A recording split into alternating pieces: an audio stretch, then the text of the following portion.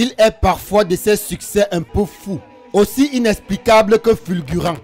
Sur les réseaux sociaux, chacune de ces publications rencontre un succès immédiat.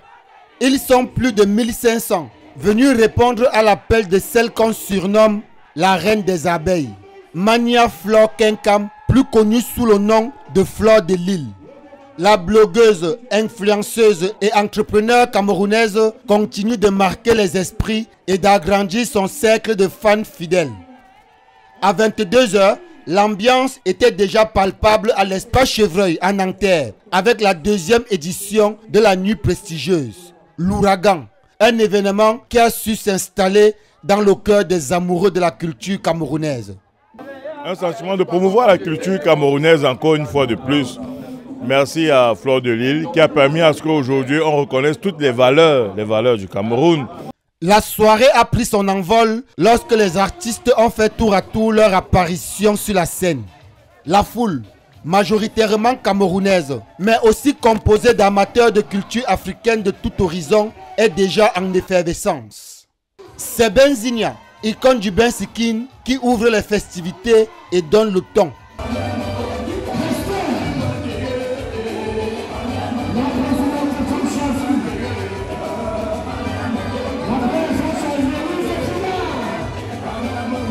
Fadil, le sorcier, prend la suite et captive la foule avec une énergie qui fait chavirer le public.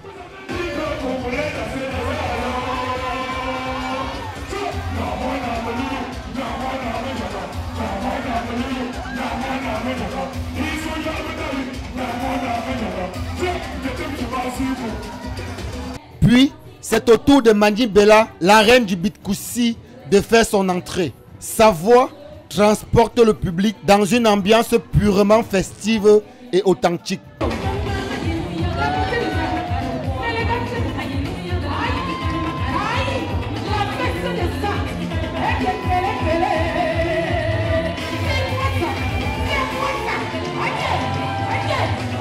Enfin, Sergio Polo, le chanteur de charme, entre en scène et célèbre la femme camerounaise dans toute sa splendeur.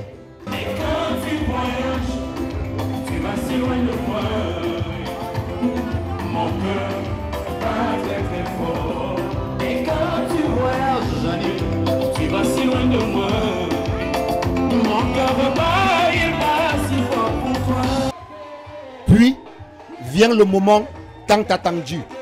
Flore de Lille, la MAF fait une entrée majestueuse. Surnommée la reine des abeilles par ses fans, elle est acclamée dès son apparition.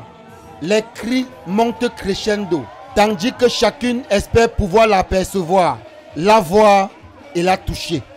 Des fans arrivés de toutes parts, certains ont traversé la France, l'Europe et les États-Unis.